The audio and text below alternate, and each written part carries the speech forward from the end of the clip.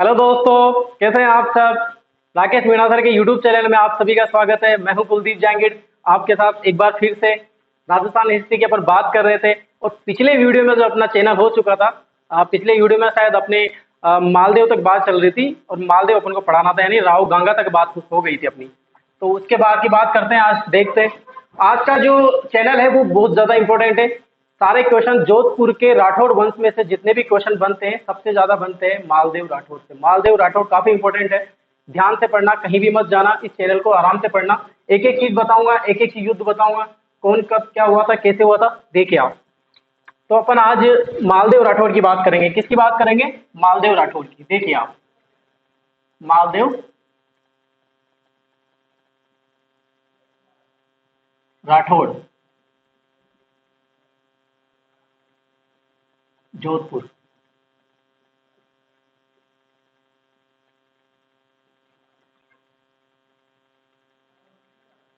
ठीक है दोस्तों, very very important, most important लगा लीजिए। देखिए दोस्तों, मालदेव राठौड़ की अपन बात करेंगे। मालदेव राठौड़ जो है वो जोधपुर का शासक बना था। इसकी पिता की हत्या करने के बाद, राव गंगा के बाद जो शासक बना था वो था मालदेव राठौड़। मालदेव राठौड़ का शासन काल जो रहा है जोधपुर में, सबसे ज्यादा वीरता का रहा है, सबसे ज्यादा युद्ध का रहा है और सबसे ज्यादा शौर्य का जो काल रहा है वो मालदेव राठौड़ का रहा है। इसलिए ध्यान से पढ़ना, आराम से पढ़ना, एक एक चीज बताएंगे और आपका क्वेश्चन यहां से कहीं भी बाहर नहीं जाएगा। आराम से पढ़ेंगे। देखिए, किसी भी किसी भी शासक के लिए मैंने कभी नहीं बोला कि इसका आप शासनकाल याद रखिए, लेकिन इसके लिए जरूर बोलूंगा इसका शासनकाल आप जरूर याद रखिए। इसका शासनकाल है 1532 से 1562 ईस्वी। याद आराम से रह जाएगा, 3 दूनी 6 और 2 का 2, 1532 से 1562। ठीक है दोस्तों, देखिए ऐसी चीजें देख लेते हैं। पहले इसके पिता कौन थे? राव गंगा। माता कौन थी?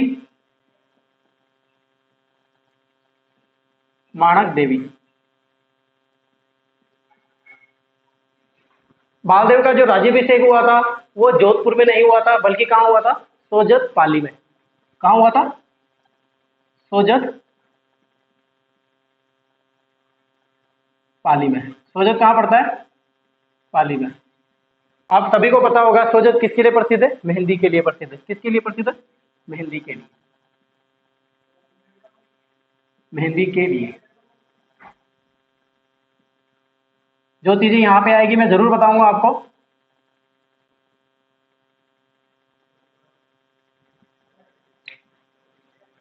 पिता का नाम था राव गंगा, माता का नाम था माणक देवी और इसका राज्याभिषेक कहाँ हुआ था? सोजत पाली में। राज राज्याभिषेक कहाँ हुआ था?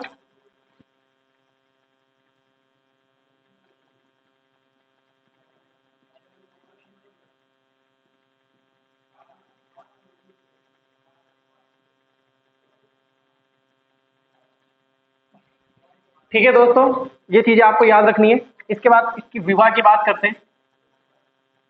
विवाह किसके साथ हुआ था? उमा दे के साथ। बहुत ही अच्छी रानी रही थी।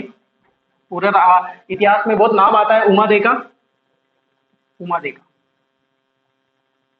किसकी पत्नी, इसके पिता का नाम क्या था?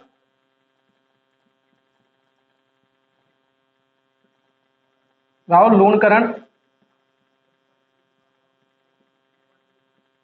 भाटी। किसकी पुत्री थी ये? राहुल लूणकरण भाटी की, जैसलमेर की।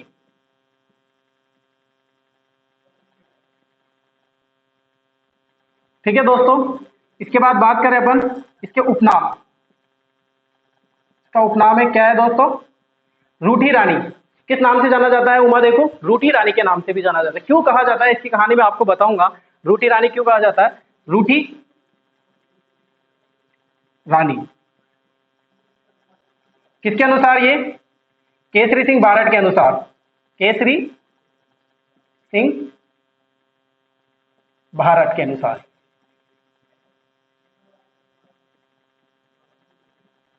केसरी सिंह भारत ने, रूटी रानी बोला है इसको, अपनी पुस्तक, केसरी सिंह भारत ने एक पुस्तक लिखी थी उमादे पर, जिसका नाम था उमादे चरित्र। किसमें? उमादे चरित्र में। उमादे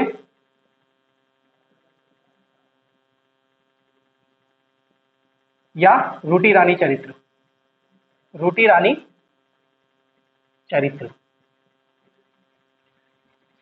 आजीवन कहाँ रही? आजीवन अजमेर, तारागढ़ रही। दोस्तों क्या हुआ था, मालदेव शासक बन गया था, विवाह हुआ था उमादे के साथ। कब हुआ था ये विवाह? 1536 में। कब हुआ था? 1536 में। इस सन याद रखने की कोई जरूरत नहीं है, फिर मैं बता देता हूं आपको कब हुआ था ये विवाह। 1536 में हुआ ये था कि इसका विवाह उमादे के साथ हुआ था। उमादे का विवाह जैसे ही मालदेव के साथ हुआ और ये कहाँ आई? जोधपुर आई। और विवाह होने के बाद ऐसा क्या हो गया था कि ये रूठ के चली गई, रूस के चली गई। अपन बोलते हैं नाड़ुती में, अपना नाम है रूस के जाना, कि वापिस नहीं आना, रूस गया है। जैसे ये रानी रूस गई थी, और ये रूस के कहा चली गई थी? आजीवन अजमेर, तारागढ़ में रही थी, कभी भी जोधपुर नहीं आई थी। मालदेव ने बहुत कोशिश करी थी, अनेकों बार दासियों को भेजा, अनेकों बार किसी को भेजा, लग उसको मना के लेके आओ। मालदेव खुद भी गया था, लेकिन इसने मालदेव की कभी शकल नहीं देखी थी, दोबारा कभी जोधपुर में पैर नहीं रखा, और हमेशा के लिए कहाँ रही? आजीवन अजमेर तारागढ़ में रही। कब तक रही? जब तक मालदेव जिंदा था। हुआ यह था कि अलग अलग इतिहासकार अलग अलग कहानी बताते हैं, फैक्ट कभी नहीं है, कभी पेपर में आपके आएगा भी नहीं कि एक्चुअल में क्या हुआ था और क्यों रूस के चली गई थी। कोई कहता है कि उमादेव, जब मालदेव है ना, इसकी दुश्मनी हो गई थी लूणकरण भाटी से, तो उमादेव को पता चला होगा शादी के दिन ही कि लूणकरण भाटी यानी मेरे पिताजी को मारने वाला है। तो हो सकता है एक कारण ये भी हो सकता है कि ये इसके कारण ये यहाँ से चली गई छोड़ के। कोई कहता है कि राजा मालदेव जो है वो उस दिन बहुत ज्यादा मदिरा पान कर रखा था। राजाओं के शौक अलग अलग, शौक आप भी जानते हैं, शौक रखते हैं, राजाओं के शौक है। तो मदिरा पान कर रखा था। तो उमा देवी दासी थी, वो दासी भी इसी के साथ कहाँ आई थी? जोधपुर में आई थी, और उस दासी का नाम था भारमली। ये भारमली वही, वो नहीं है, नाम ही ऐसा है। आपको बस हर जगह जहां भी भारमली आएगा कुछ ना कुछ षड्यंत्र रचा है इसने, किसी ने किसी को जहर देके डाला है, मारा है, किसी ने किसी को फंसाया है, ये सब फंसा के इसको बस खत्म। ये इतिहास में ना वो भारमली का नाम ही ऐसा है, देख लो ना आप कहीं भी। तो उमादे ने क्या करा, भारमली को बोला होगा कि आप उनको बुलाइए, कहाँ है वो, मालदेव के लिए बोला। तो मालदेव को मनाने ढूंढने के लिए कौन गई? भारमली गई। तो मालदेव राठौर जो है वो टुन थे जबरदस्त, तो उनको पता ही नहीं चला कि कौन आ रहा है। तो हो सकता है बहुत से इतिहासकार ये भी बताते कि भारमली के चेहरे पे जो है वो उमादे की शक्ल नजर आई उनको। तो समझिए आप, तो बहुत से कारण ये भी बताया। और ये बात अगर पता चलती है उमादे को, तो उमादे वहां से रूस के चले जाती है, रूट के चली जाती है, कहाँ पे चली जाती है? तारागढ़ चली जाती है। ये दो कारण है, लेकिन आपको कोई भी कारण नहीं पूछा था। अलग अलग इतिहासकार अलग अलग चीजें बताते हैं, लेकिन फैक्ट किसी को भी पता नहीं है कि हुआ क्या था, क्यों रूट के गई थी, कोई कारण पता नहीं है। फिर भी आप देखिए उमादे का विवाह 1536 में हुआ था। पिता कहाँ की बेटी थी? ये जैसलमेर की लूणकरण भाटी की पुत्री थी। उपनाम रूठी रानी को नाम से जाना था। इतिहास में रूठी रानी के नाम से किसको जाना जाता है? उमादे को जाना जाता है। किसके अनुसार?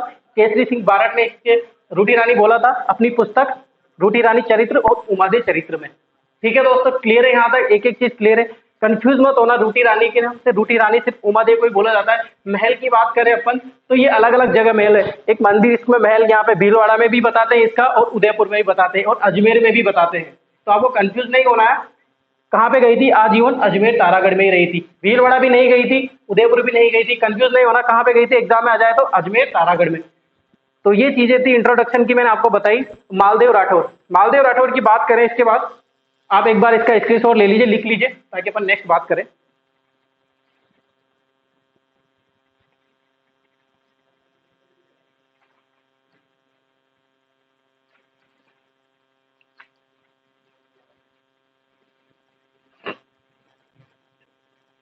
तो दोस्तों मालदेव की अपनी बात चल रही है, ध्यान से पढ़ना है इसको, एक एक चीज ध्यान से पढ़ना। बहुत सारे क्वेश्चन बनते हैं इसके मालदेव राठौर के।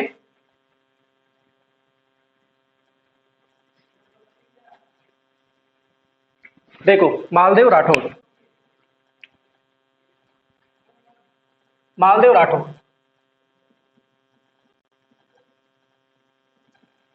मालदेव को कहा जाता है, कहा जाता है कहा जाता है, क्या कहा जाता है, इसको कहा जाता है जोधपुर का प्रथम पितृहंता। क्या कहा जाता है, पितृहंता शासक। मैंने आपको बताया था किसके अनुसार, डॉक्टर ओझा के अनुसार। उसने बताया था कि अपने पिता को मारकर, पिता की हत्या कर कर ये शासक बना था, कहां का, जोधपुर का। इसके बाद इसको बोला जाता है हसमत वाला शासक। क्या कहा जाता है दोस्तों, हसमत वाला शासक। किसके अनुसार कहा जाता है, अनुसार फारसी इतिहासकारों के अनुसार। किसके अनुसार, फारसी इतिहासकार के अनुसार।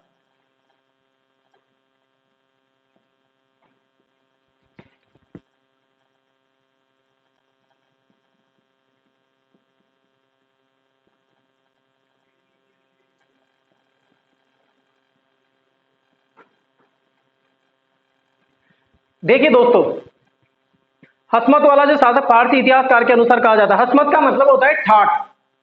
क्या मतलब होता है, ठाठ। ऐसा होता है, ऐसा मानते हैं कि जिसको राज्य हारने के बाद भी राज्य प्राप्त हो गया हो। जैसे इसमें अपन पढ़ेंगे आगे, गिरी सुमेल का युद्ध होता है, जहां से ये हार जाता है, पराजित हो जाता है, और ये वहां से भागकर जोधपुर चला जाता है, फिर इसको वापस दोबारा से जोधपुर मिल जाता है। तो ऐसी ही कहानियां बकर इतिहासकारों ने इसको हसमत वाला, ठाठ से रहा था, आसाम से जिया था, मौत भी आसाम से हुई थी, आराम से हुई थी, ऐसा कोई नहीं है। जितनी बार भी युद्ध लड़ा हर बार विजेता रहा है, इसलिए हसमत वाला शासक किसे कहा जाता है, किसे कहा जाता है, मालदेव राठौड़ को, फारसी इतिहासकार के अनुसार। एक वाक्य बोला था हसमत वाला शासक किसकी बुक में था, तो वो किसके अनुसार था, निजामुद्दीन के अनुसार। निजामुद्दीन के अनुसार।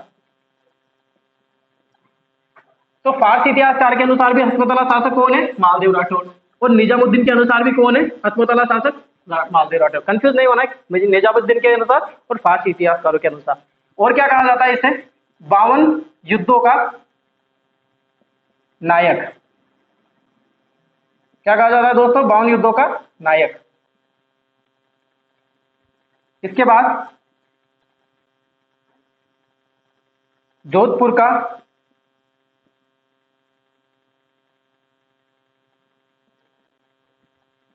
शौर्यकाल।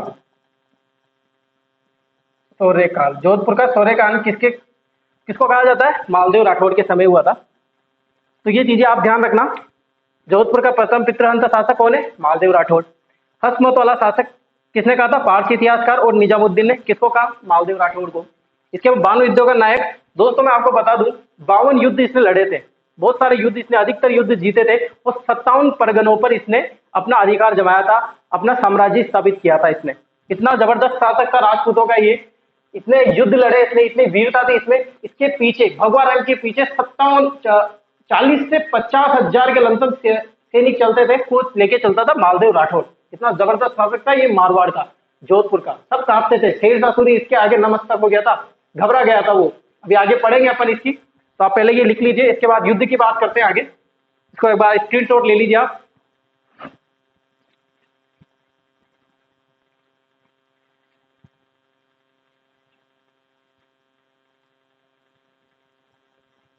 बेटा दो दोस्तों,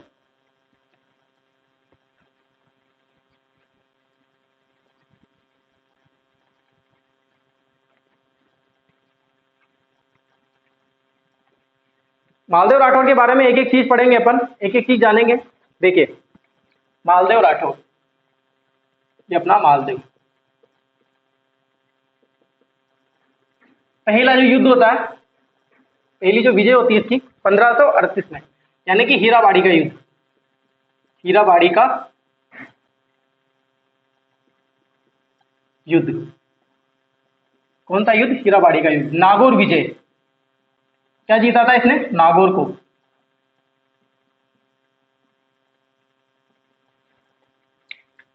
कब हुआ था दोस्तों ये, 1533 में। क्लियर है दोस्तों।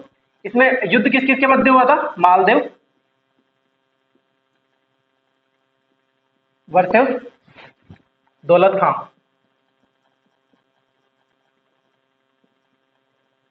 मैंने आपको पहले ही बताया, जो मैं पहले लिखूंगा वो विजय रहेगा, जो मैं बाद में लिखूंगा वो पराजित रहेगा। तो यहां लिख देता हूं, युद्ध में मारा गया।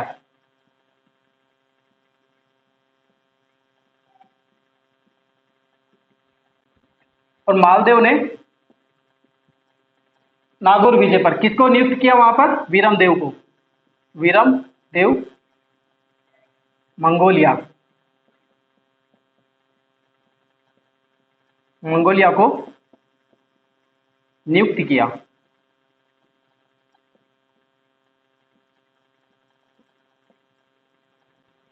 मालदेव वर्सेस दौलत खां युद्ध में मारा गया और यहां पर नियुक्त किया इस किले पे। नागौर किसके सौंप दिया इसने? वीरमदेव मंगोलिया को। याद रखना, वीरमदेव मंगोलिया को सौंपा था। इसके बाद सेकंड जो आता है, देखिए आप, सेकंड जो आता है वो आता है सिवाना पर। किसको पराजित किया था? 1500। इसके बाद 1533 आ गया, 1538 में डूंगर सिंह को पराजित किया इसने। डूंगर सिंह को पराजित किया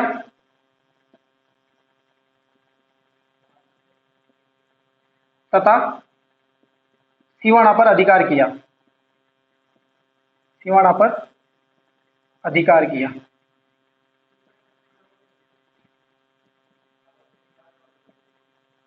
किसको पराजित किया? डूंगर सिंह को। और किस पर अधिकार किया? सिवाना पर।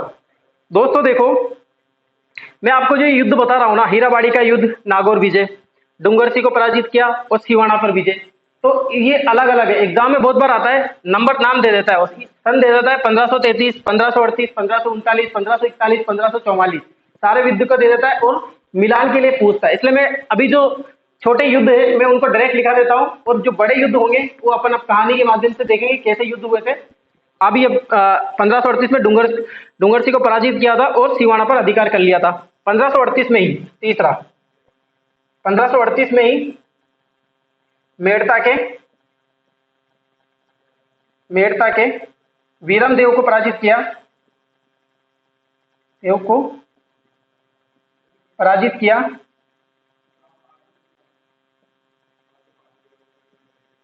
तथा वीरम देव को पराजित किया तथा नागौर, मेड़ता व अजमेर पर अधिकार किया।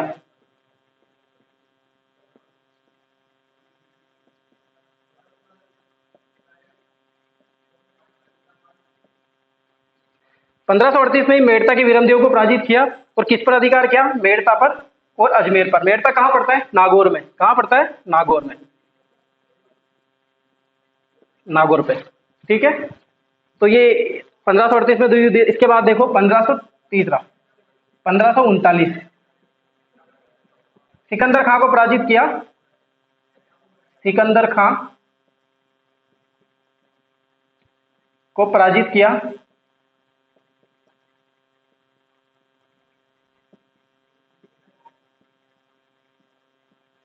कहां पर अधिकार किया? जालौर पर अधिकार किया।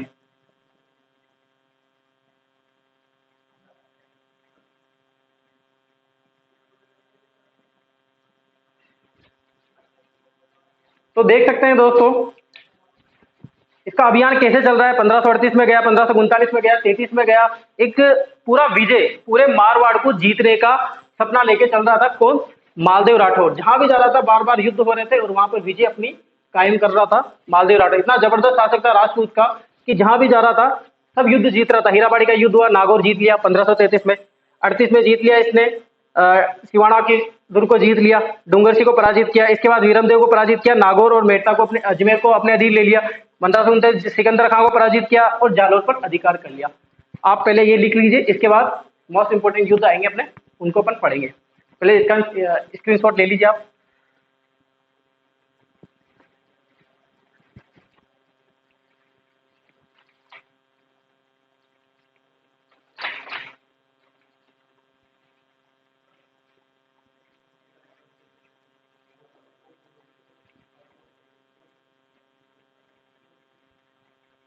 बेटा तो दोस्तों, तो अपनी बात चल रही है मालदेव राठौर, जोधपुर का शासक था।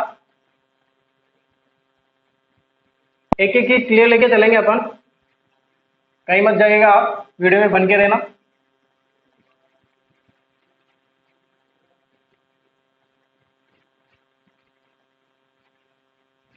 तो दोस्तों मालदेव राठौड़, अब बात आती है कितने युद्ध हो गए थे, 4, 5वां युद्ध। देखो पाहेबा का युद्ध 1541, पाहेबा का युद्ध, किसका युद्ध, पाहेबा का युद्ध। ये एक जड़ होती है, गिरी सुमेल युद्ध की जड़ होती है पाहेबा का युद्ध। देखिए पाहेबा का युद्ध, पाहेबा कहाँ पड़ता है, गंगानगर में। इसको बहुत सारे पाहेबा भी बोलते हैं और साहिबा भी बोलते हैं। आपकी कहीं बुक में अगर साहिबा मिला हो तो आप कंफ्यूज मत होना। पाहेबा और साहिबा का युद्ध किस किस के मध्य हुआ था, मालदेव, मालदेव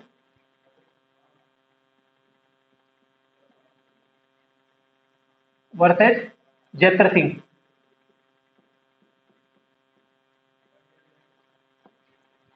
मालदेव वर्सेस जैत्र सिंह के मध्य। जैत्र सिंह कौन है, बीकानेर का शासक, बीकानेर का शासक, बीकानेर का शासक। राव जैत्र सिंह, कहीं बुक में आपको जैत्र सिंह भी मिलेगा और जैत्र सिंह भी बोलेगा, तो आप कंफ्यूज मत होना, इसको क्या बोलते हैं, जैत्र सिंह, जैत्र सिंह।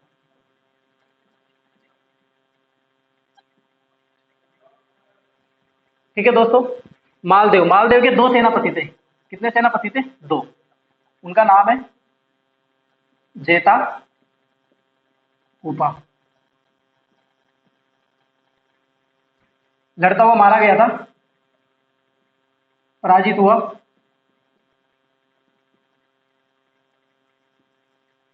मारा गया। इसका पुत्र था लूणकरण, कल्याणवल, सॉरी कल्याणवल।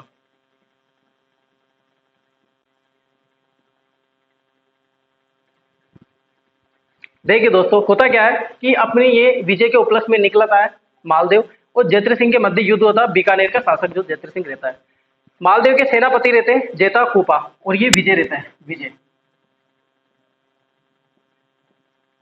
और हार कौन जाता है, जैत्र सिंह, और मारा जाता है, इसका पुत्र रहता है कल्याणमल। देखो दोस्तों क्या होता है कि जैत्र सिंह बीकानेर का शासक जो रहता है, अब यहां से जैत्र सिंह बीकानेर को खो देता है और वहां का शासक जो रहता है उसका पुत्र कल्याणमल शासक बनेगा। जैत्र सिंह के मरने के बाद शासक कौन बनेगा, कल्याणमल बनेगा। तो कल्याणमल जैत्र सिंह बनने के बाद कल्याणमल यहाँ से भाग जाता है और किसकी शरण में चल जाता है, शेरशाह सूरी की शरण में चल जाता है। शेरशाह सूरी की शरण में चल जाता है। कल्याणमल वही कल्याणमल है जो गिरी सुमेल का जो युद्ध होता है ना, गिरी सुमेल के युद्ध में कल्याणमल और वीरमदेव साथ देते हैं किसका, शेरशाह सूरी का। तो यहां से कहां चला जाता है, शेरशाह सूरी की शरण में चल जाता है, शेरशाह सूरी की शरण में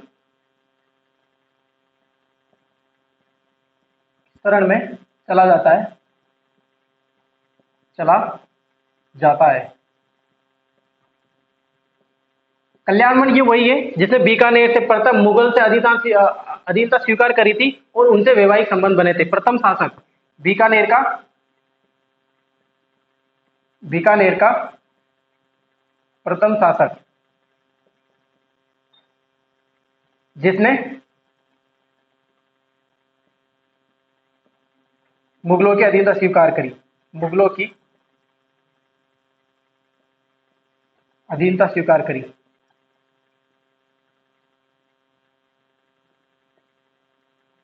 स्वीकार की।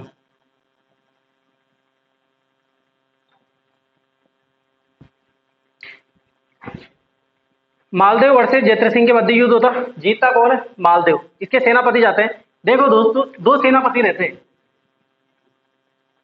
कूपा जो रहता है इसको बीकानेर सौंप देता है, बीकानेर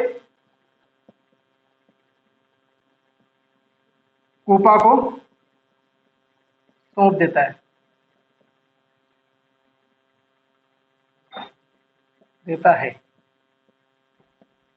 किसको बना देता है, सूबेदार बीकानेर का कूपा को बना देता है मालदेव। और इसका पुत्र जो है कल्याणमल वो शेरशाह सूरी की शरण में चल जाता है और बीकानेर का प्रथम शासक। में यही बता, अपन जब बीकानेर के राठौड़ पढ़ेंगे तो बीकानेर में बताऊंगा मैं आपको कि कल्याणमल जो रहता है वो कल्याणमल जो रहता है वो शेरशाह सूरी की शरण में चला जाता है, और जो गिरी सुमेल का जो युद्ध रहता है उसमें गिरी सुमेल के युद्ध में ये शेरशाह सूरी का साथ देता है। इसके साथ वीरमदेव रहता है मेड़ता का, जो भी किसका साथ देता है, शेरशाह सूरी का साथ देता है। और ये बीकानेर का प्रथम शासक रहता है, राठौर प्रथम शासक रहता है, जो मुगलों की अधिकता स्वीकार करता है और उनसे वैवाहिक संबंध बनाता है। तो आप ये लिख लीजिए, इसके बाद पढ़ेंगे गिरी सुमेल का युद्ध। देख लिख लीजिए, आप स्क्रीनशॉट ले लीजिए।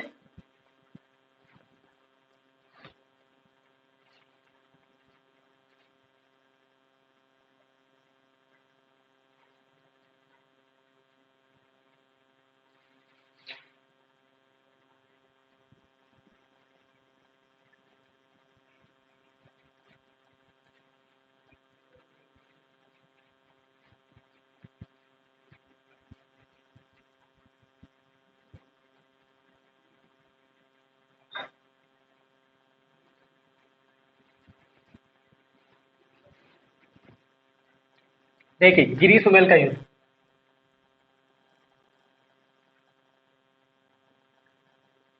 गिरी सुमेल का युद्ध कब होता है? ये 5 जनवरी 1544। किस किस के मध्य होता है? मालदेव वर्सेस शेरशाह सूरी।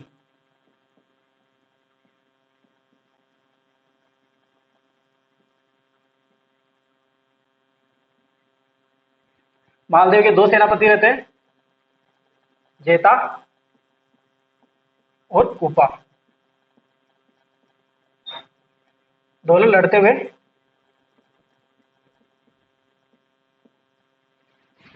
हुए मारे जाते हैं।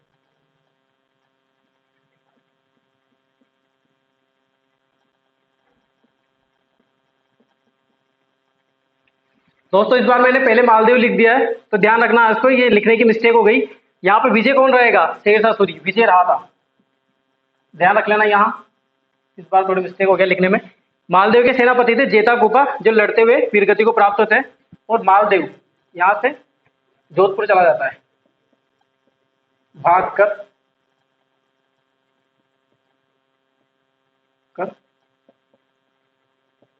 जोधपुर चला जाता है, जोधपुर चला जाता है। शेरशाह सूरी रहता है, इसका साथ दिया था, साथ दिया।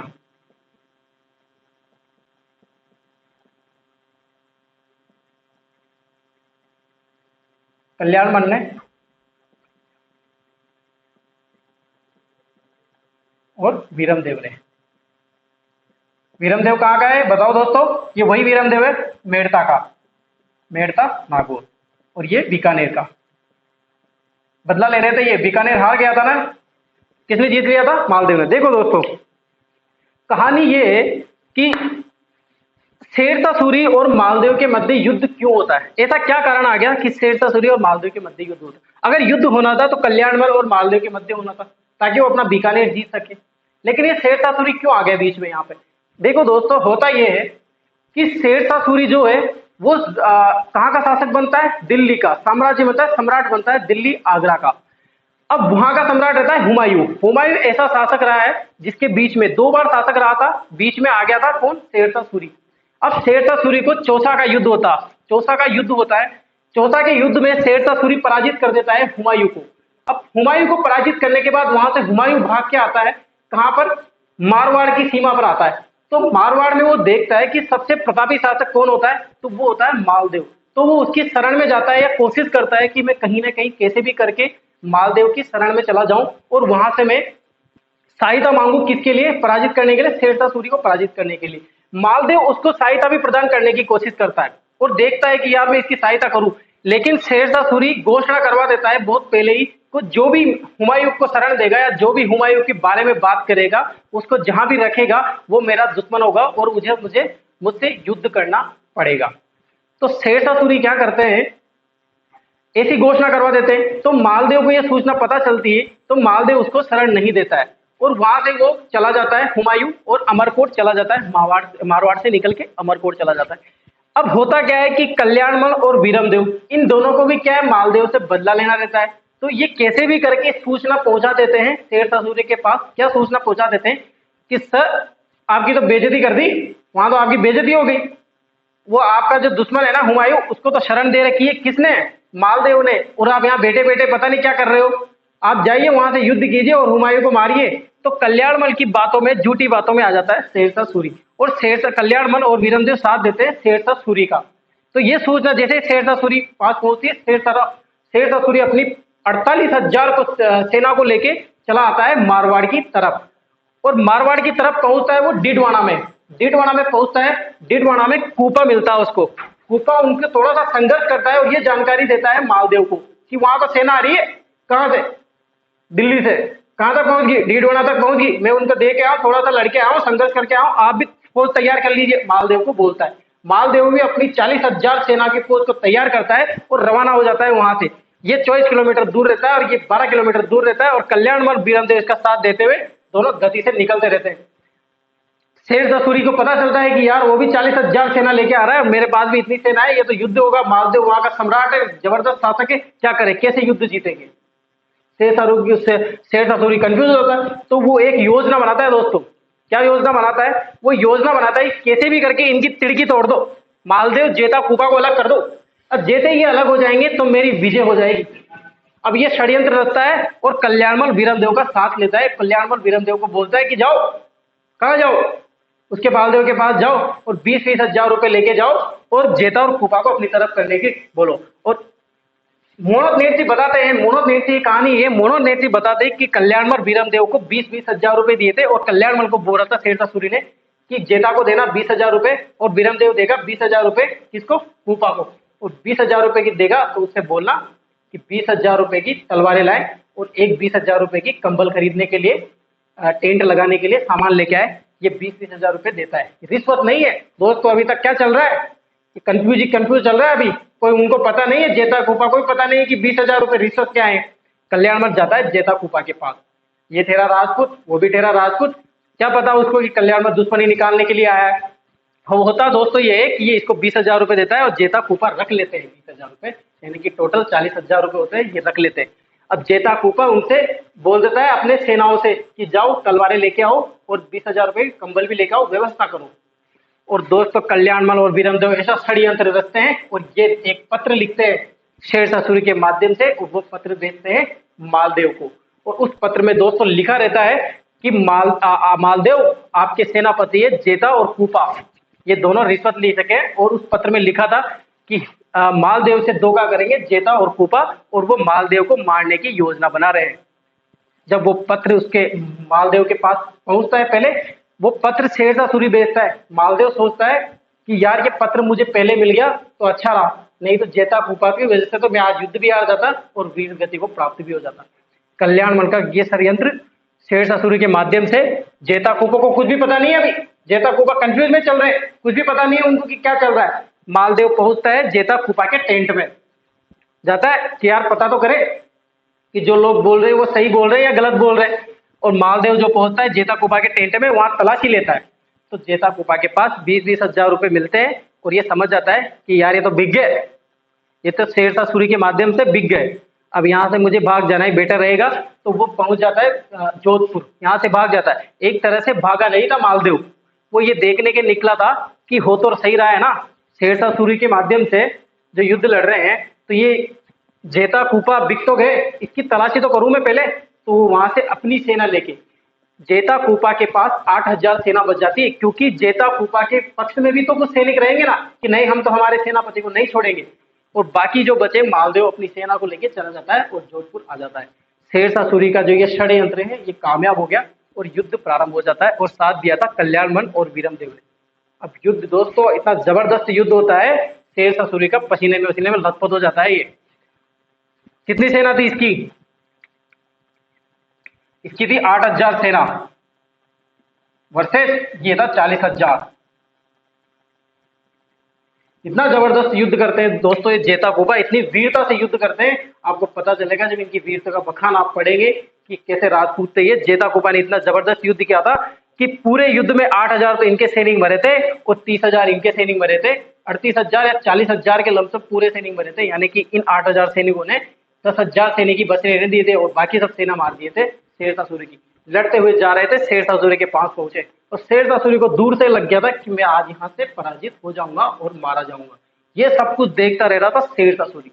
शेरशाह सूरी ये सब दृश्य देख रहा था तो वहीं पर शाम पड़े नमाज पढ़ने लग गया, जमीन पर पसीने में लथपथ हो रहा था और नमाज पढ़ने लग गया। और इसके पास पहुंचते जेताकूपा, जेताकूपा जैसे ही इसके पास शेरशाह सूरी के पास पहुंचते हैं और वो देखते हैं कि नमाज पढ़ रहा है, उसकी धर्म की रक्षा करते हुए उस पर वार नहीं करते, तलवार नहीं चलाते और पीछे से आ जाता है इसका सेनापति। सेनापति रहता है, सेनापति क्या नाम रहता है सेनापति का? जलाल खां।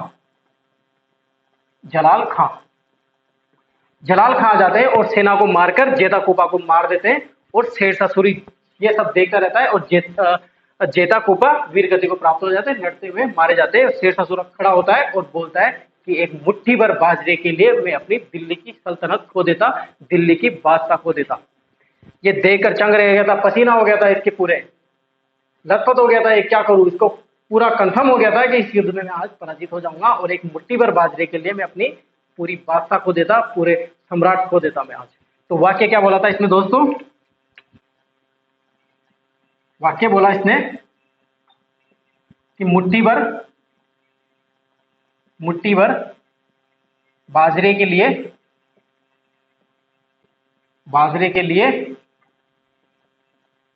मैं अपनी बादशाहत खो देता। मैं आपको दोस्तों बता दूं, कल्याणमल और वीरमदेव ने इनका साथ दिया था और शेरशाह सूरी जीतने के बाद यहां से चला गया था और बीकानेर को कल्याणमल के हाथों सौंप गया था, यानी कि शासक कौन बनेगा बीकानेर का? उसके बाद कल्याणमल शासक बनेगा, जो कि साथ दिया था शेरशाह का। कल्याणमल दोस्तों ये वही है कल्याणमल, मैंने आपको बताया था जो वही कल्याणमल है जिसने प्रथम अधीनता स्वीकार करी थी, बीकानेर का प्रथम शासक था। ठीक है दोस्तों, तो ये युद्ध होता है गिरी सुमेल का युद्ध 5 जनवरी 1544 में, किसके मध्य? मालदेव और शेरशाह सूरी के मध्य।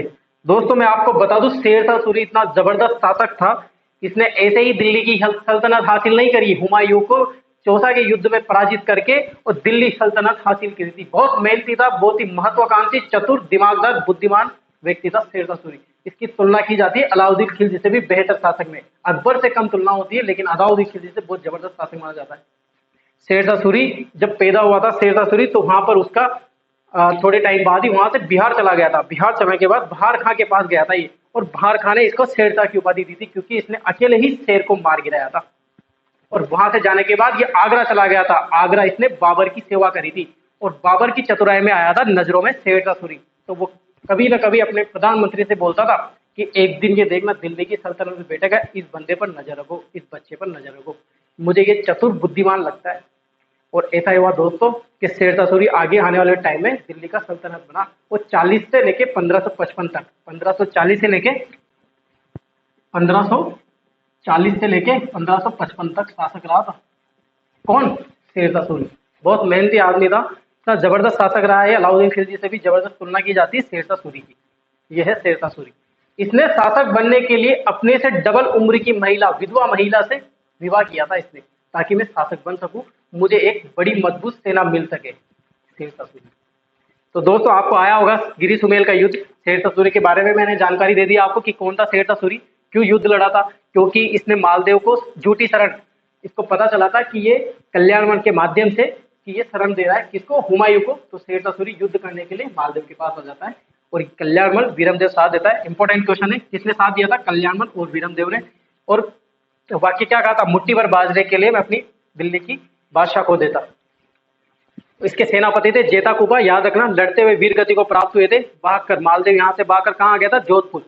और जोधपुर इसने, जब ये युद्ध हो गया था तो जोधपुर पर वापस राजा बना था कौन? मालदेव। इसके मरने के बाद 1955 में इसकी मृत्यु हो गई थी और शेरशाह सूरी के मरने के बाद मालदेव को वापस पुनः जोधपुर मिल गया था। इसीलिए तो इसको हसमत वाला राजा बोलते हैं, ऐसे थोड़ा बोलते हैं, ठाट मारते हैं इसके। तो ये भाग कर जोधपुर आ गया था और जबरदस्त युद्ध हुआ था दोस्तों। तो आप एक बार इसका स्क्रीनशॉट ले लीजिए, ये युद्ध आप लिख लीजिए, ताकि इसके बाद एक छोटी सी जानकारी दे दूं मैं आपको। बेटा तो दोस्तों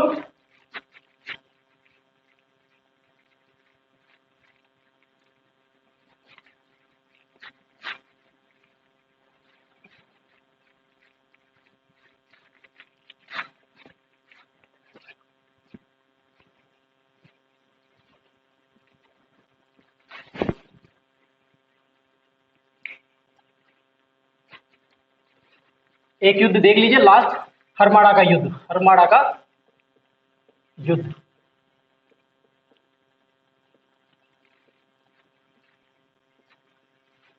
ज्यादा इंपॉर्टेंट नहीं है, फिर भी आप लिख लीजिए किस किस के मध्य हुआ था। हाजी खां मालदेव, किसके मध्य? मालदेव वर्सेस उदय सिंह। दोस्तों ये उदय सिंह वही है, राणा उदय सिंह। और एक टाइम था जब मालदेव की उदय सिंह से दोस्ती हुआ करती थी। उदय सिंह का साथ दिया था इसने राज्याभिषेक में। देखो दोस्तों, मालदेव वर्सेस उदय सिंह, मालदेव का युद्ध उदय सिंह से नहीं हुआ था। एक तरह से क्या हुआ था, उदय सिंह की दुश्मनी थी हाजी खां से। हाजी खां था, हाजी खां ये शेरशाह सूरी का सेनापति हुआ करता था एक टाइम। तो हाजी खां और उदय सिंह के मध्य युद्ध हुआ था, तो हाजी खां ने सहायता मांगी थी मालदेव की। तो मालदेव, हरवाड़ा के युद्ध में मालदेव का नाम इस वजह से लिया जाता है। हरवाड़ा कहाँ पड़ता है? अजमेर में। कहाँ पड़ता है दोस्तों? अजमेर में। तो मालदेव वर्सेस उदय सिंह के मध्य होता। और युद्ध का कारण देखो आप, एक लड़की, लड़की के लिए युद्ध करते हैं। और कौन सी लड़की? वेश्या। यानी कारण क्या था युद्ध का?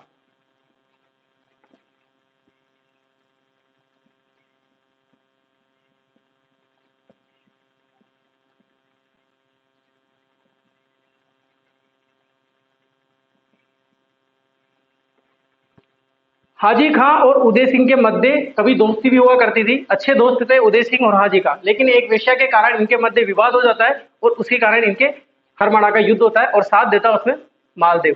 ठीक है दोस्तों, ये इतनी सी जानकारी। अब छोटा सा एक देख लो आप, इसकी मृत्यु कब हुई थी? मृत्यु मालदेव की मृत्यु हुई थी 1562 में।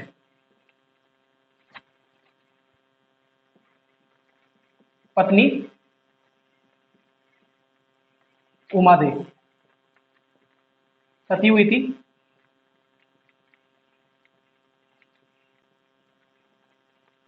अपने पति की मिसाने के साथ।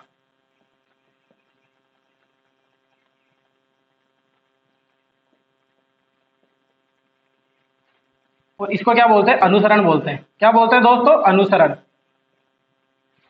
उमादेव कभी भी वापस जोधपुर नहीं आती, रूटी रानी इसीलिए बोलते हैं। तो सती होगी, सती होना का मतलब इसने अनुसरण किया था अपने पति की किसी भी छोटी सी निशानी के साथ। अगर सती होते हैं तो उसको क्या बोलते हैं दोस्तों? अनुसरण। याद रखना, अनुसरण का मतलब क्या होता है? अपने पति की निशानी के साथ सती होना। और मृत्यु हो गई थी 1562 में, पत्नी उमादेव सती हो गई थी। मालदेव का काल इतना ही था। देखो दोस्तों, मालदेव बहुत अच्छा शासक था, इसने कहीं निर्माण भी करवाए थे। जहां जहां भी इसने युद्ध जीते ना, उनका जीर्णोद्धार भी करवाया था इसने। अजमेर के दुर्ग का जीर्णोद्धार किसने कराया था? मालदेव ने करवाया था। नागौर के दुर्ग का जीर्णोद्धार किसने कराया था? मालदेव ने करवाया था। और मालदेव ने अपनी रूटी रानी, यानी रूटी रानी कहाँ चली गई थी? अजमेर चली गई थी। तो वहां पे पानी की व्यवस्था, तालाब का निर्माण या फिर बावड़ी का निर्माण, और इसके लिए एक पैरों से चलने वाली रेड का निर्माण भी करवाया था। किसने? मालदेव ने। बहुत ध्यान रख रहा था अपनी पत्नी। लेकिन 7 साल तक इसने बहुत प्रयास किया कि आजा रहे आजा रहे आजा, लेकिन नहीं आए वो। क्या करे, रानी थी राजपूतों की ओर से। और आज की पता नहीं, आप ही जानो आज की औरतों को तो। लेकिन मालदेव की पत्नी इतनी जबरदस्ती कि वो कभी नहीं आई। 7 साल तक ये गया था और वो नहीं आई। इसी के बाद अपन जो मालदेव राठौड़ है इसको यहीं पर समाप्त करते हैं। और जो नेक्स्ट शासक आएगा चंद्रसेन, इसका पुत्र रहता है, वहां से बताएंगे अपन। ठीक है दोस्तों, अच्छा लगा हो तो लाइक कमेंट जरूर कीजिएगा और शेयर भी जरूर कीजिएगा। आपके लिए मैं ऐसी ही सेवा देता रहूंगा और अपने इतिहास की बात करते रहेंगे। ठीक है दोस्तों, गुड बाय।